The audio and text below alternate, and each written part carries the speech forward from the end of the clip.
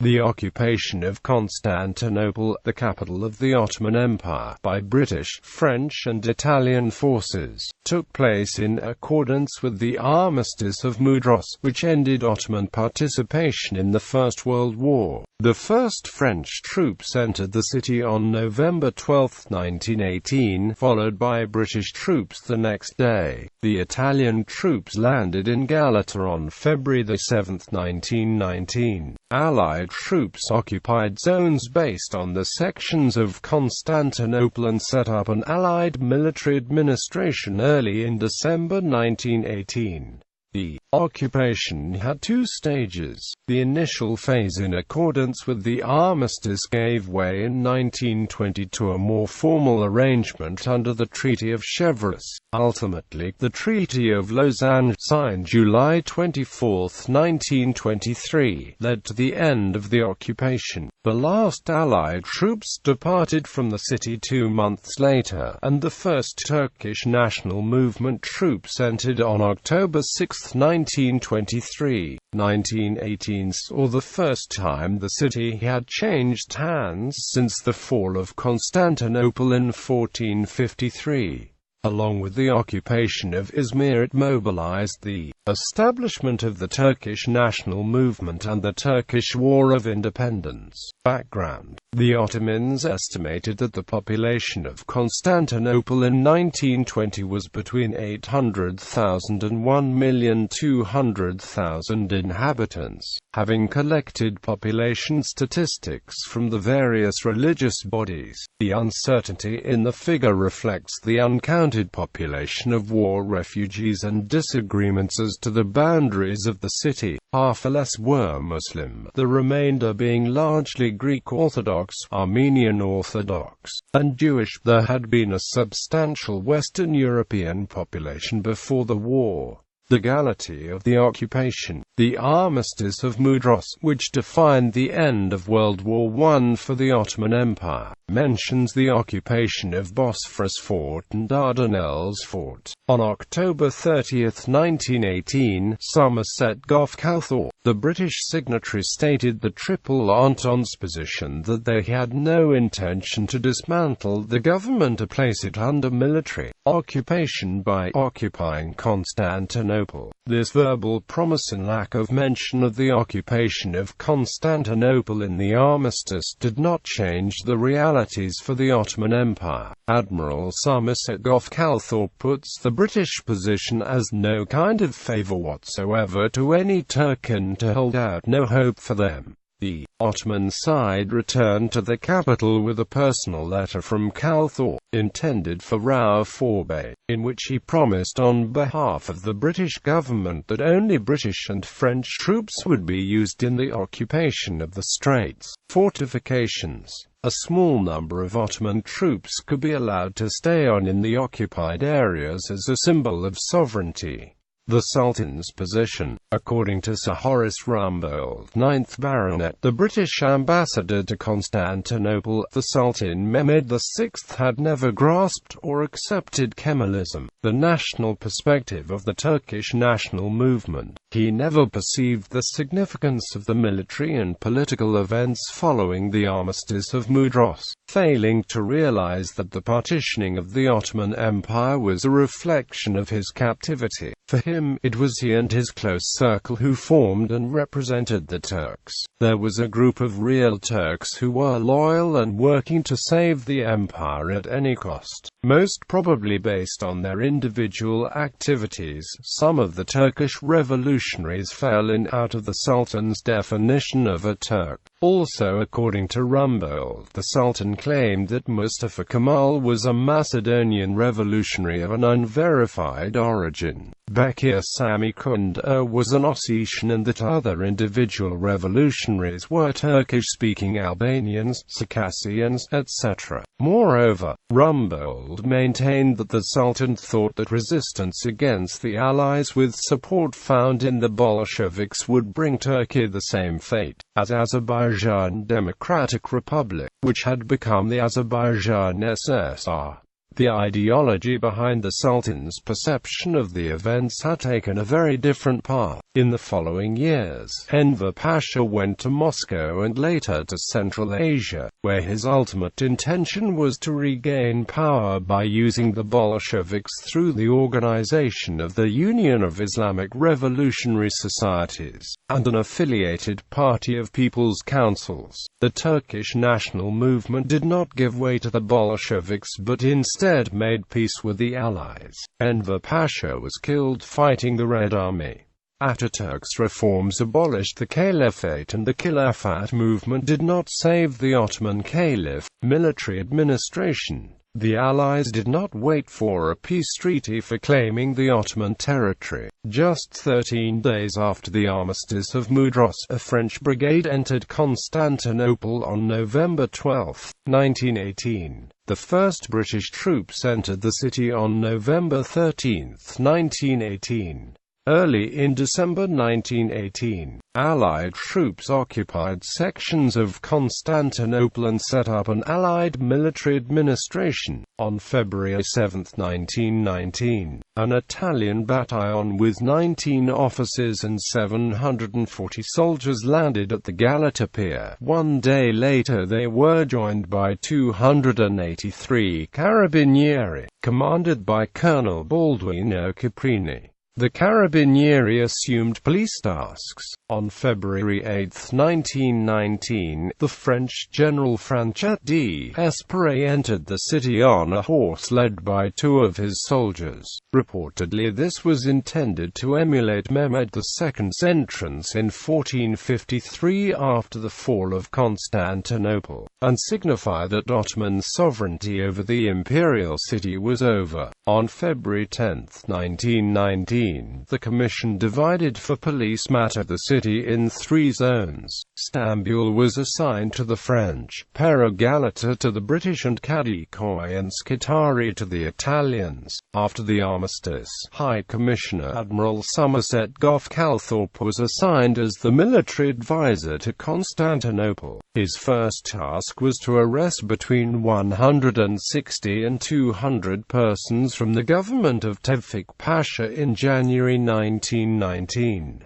Among this group, he sent 30 to Malta. Establishing authority, the British rounded up a number of members of the old establishment and interned them in Malta, awaiting the trial for alleged crimes during World War I. Calthorpe included only Turkish members of the government of Tevfik Pasha and the military, political personalities. He wanted to send a message that a military occupation was in effect and failure to comply would end with harsh punishment. His position was not shared with other partners. The French government's response to those accused was distinction to disadvantage of Muslim Turks, while Bulgarian, Austrian and German offenders were as yet neither arrested nor molested. However, the government and the Sultan understood the message. In February 1919, Allies were informed that the Ottoman Empire was in compliance with its full apparatus to the occupation forces. Any source of conflict would be investigated by a commission which neutral governments can attach to legal superintendents. Calthorpe's correspondence to Foreign Office was, "The action undertaken for the arrests was very satisfactory, and has, I think, intimidated the Committee of Union and Progress of Constantinople." Conflict resolution. The message of Calthorpe was fully noted by the Sultan. There was an Eastern tradition of presenting gifts to the authority during serious conflicts, sometimes falling of heads. There was no higher goal than preserving the integrity of the Ottoman institution. If the anger of Calthorpe could be calmed down by the foisting the blame on a few members of the Committee of Union and Progress, which Ottoman Empire could thereby receive more lenient treatment at the Paris Peace Conference. The trials began in Istanbul on April 28, 1919. The prosecution presented 42 authenticated documents substantiating the charges therein, many bearing dates, identification of senders of the cipher telegrams and letters, and names of recipients. On July 22, the court-martial found several defendants guilty of subverting constitutionalism by force and found them responsible for massacres. During its whole existence from April 28, 1919 to March 29, 1920, Ottoman trials were performed very poorly and with increasing inefficiency, as presumed guilty people were already intended as a sacrifice to save the empire. However, as an occupation authority, the historical rightfulness of the Allies was at stake. Calthorpe wrote to London, proving to be a farce and injurious to our own prestige and to that of the Turkish government. The Allies considered Ottoman trials as a travesty of justice. So Ottoman justice had to be replaced with the Western justice by moving the trials to Malta as international trials. The international trials declined to use any evidence developed by the Ottoman tribunals. When the international trials were staged, Calthorpe was replaced by John de Robeck. John de Robeck said regarding the trials, that its findings cannot be held of any account at all. All of the Malta exiles were released. A new movement. Calthorpe was alarmed when he learned that the winner of Gallipoli had become the Inspector General for Anatolia, and Mustafa Kemal's behavior during this period did nothing to improve matters. Calthorpe urged that Kemal be recalled. Thanks to friends and sympathizers of Mustafa Kemal's in government circles, a compromise was developed whereby the power of the Inspector General was curbed, at least on paper. Inspector General became a title that he had no power to command. On June 23, 1919, Somerset Arthur Gough Calthorpe began to understand Kemal and his role in the establishment of the Turkish national movement. He sent a report about Mustafa Kemal to the Foreign Office.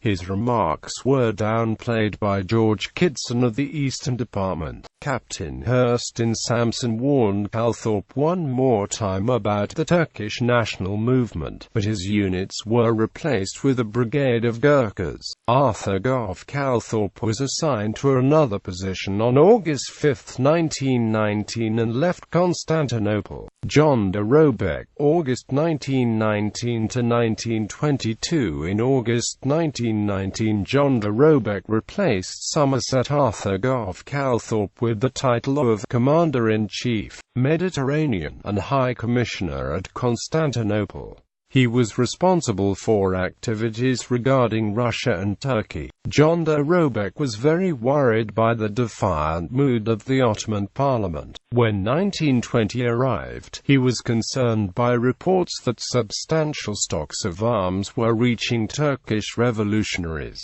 some from French and Italian sources.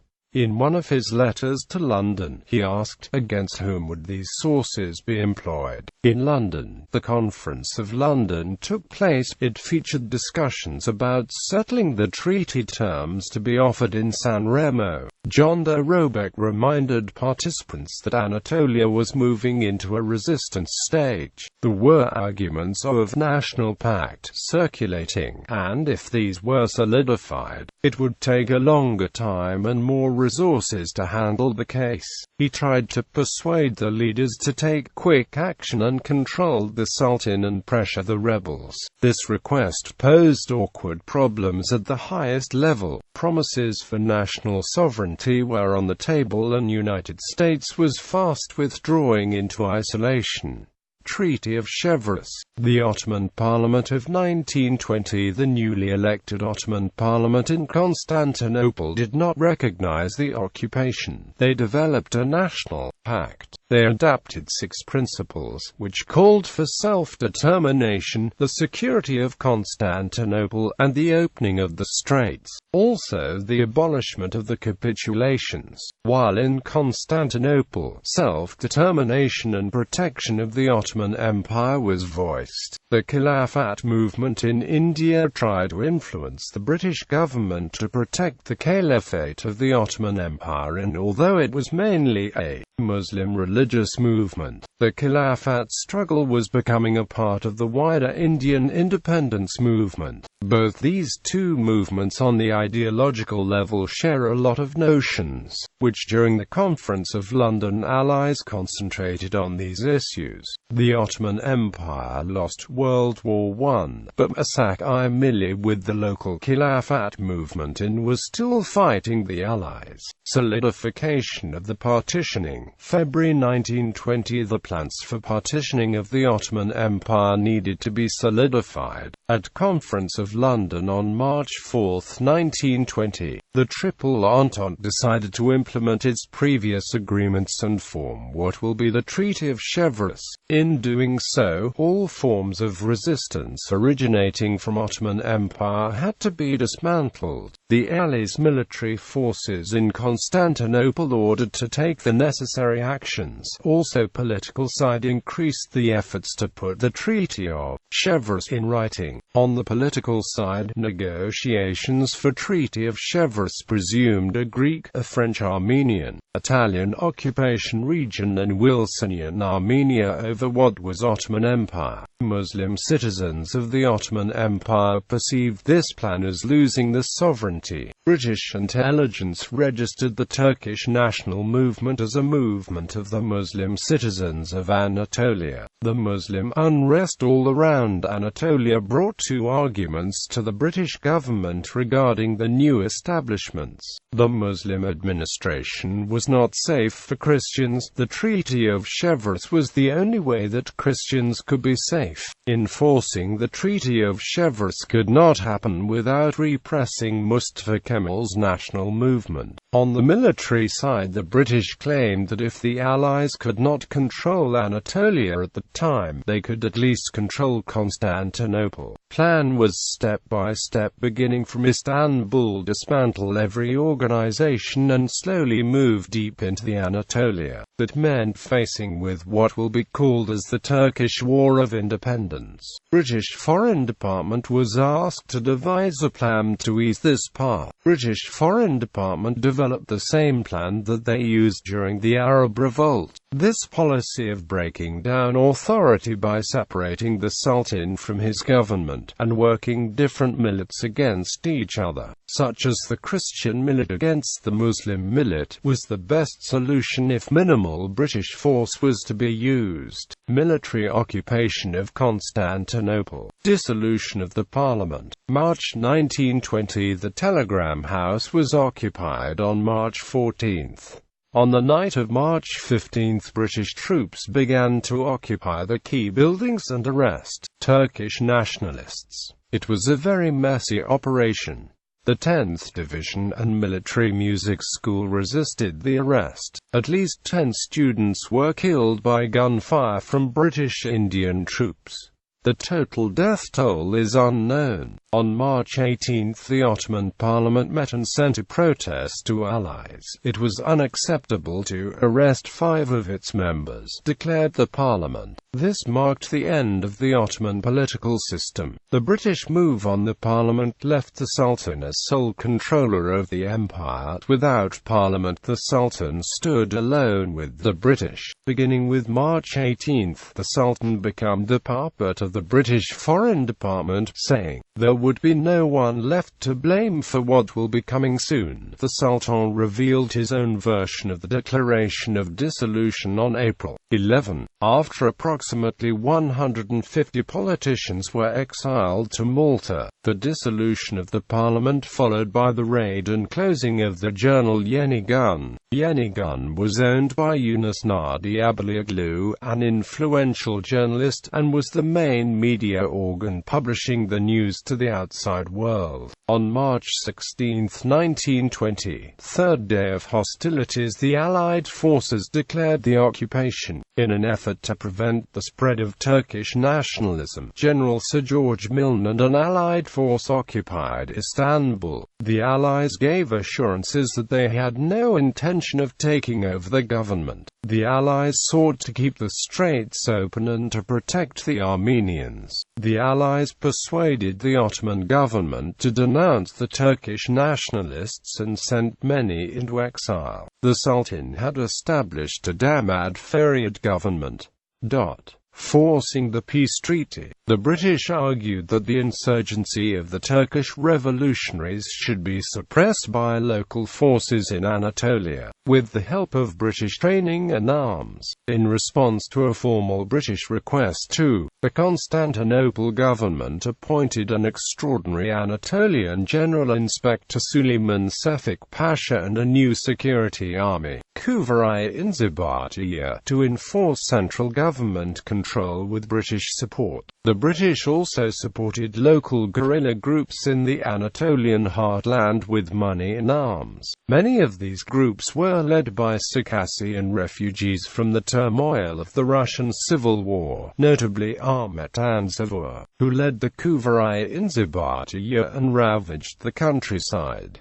Ultimately, these forces were unsuccessful in quelling the nationalist movement. A clash outside Izmit quickly escalated, with British forces opening fire on the nationalists and bombing them from the air. Although the attack forced the nationalists to retreat, the weakness of the British position had been made apparent. The British commander, General George Milne, asked for reinforcements of at least 27 divisions. However, the British government was unwilling to channel these forces, as a deployment of this size could have had political consequences that were beyond the British government's capacity to handle. The British were quick to accept the fact that the nationalistic movement, which had hardened during World War I, could not be faced without the deployment of consistent and well-trained forces. On June 25, the Kuvayi Inzibatiye was dismantled on the advice of the British, as they were becoming a liability. Presentation of the treaty to the Sultan. June 1920. The treaty terms were presented to the Sultan in the middle of June. The treaty was harsher than anyone expected. However, because of the military pressure placed on the insurgency from April to June 1920, the Allies did not expect that there would be any serious opposition. In the meantime, however, Mustafa Kemal had set up a rival government in Ankara, with the Grand National Assembly. On October 18,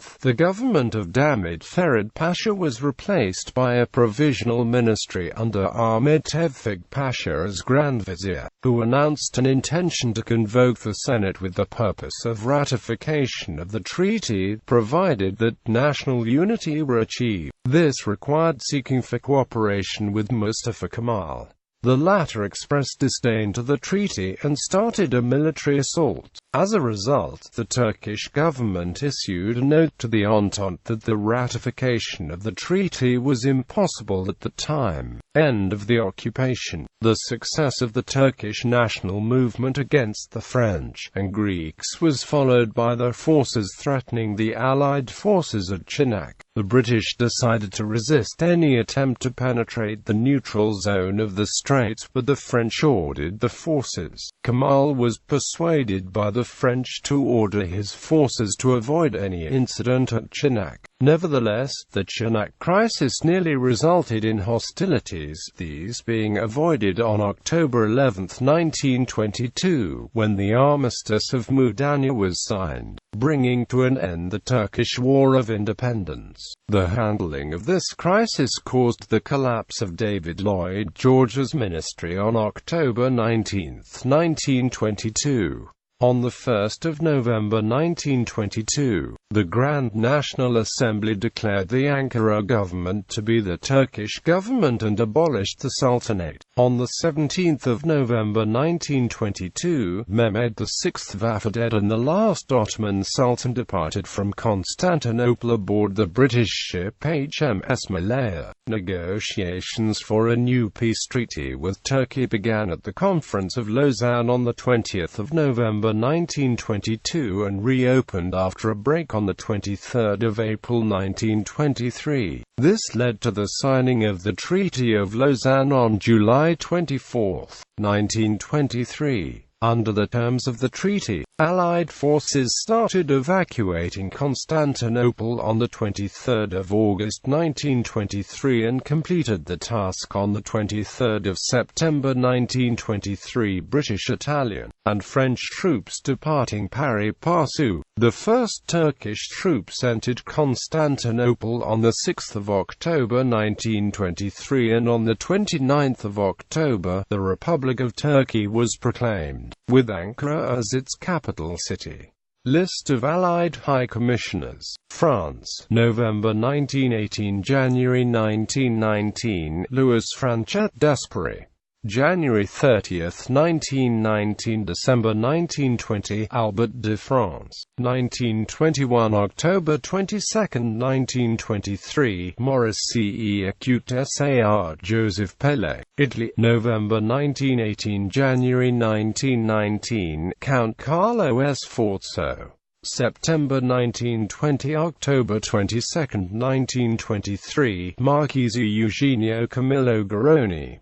United Kingdom, November 1918 – 1919, Admiral Somerset Arthur Gough Calthorpe, also Commander-in-Chief, Mediterranean Fleet. August 1919 – 1920, Admiral John de Robeck, also Commander-in-Chief, Mediterranean Fleet.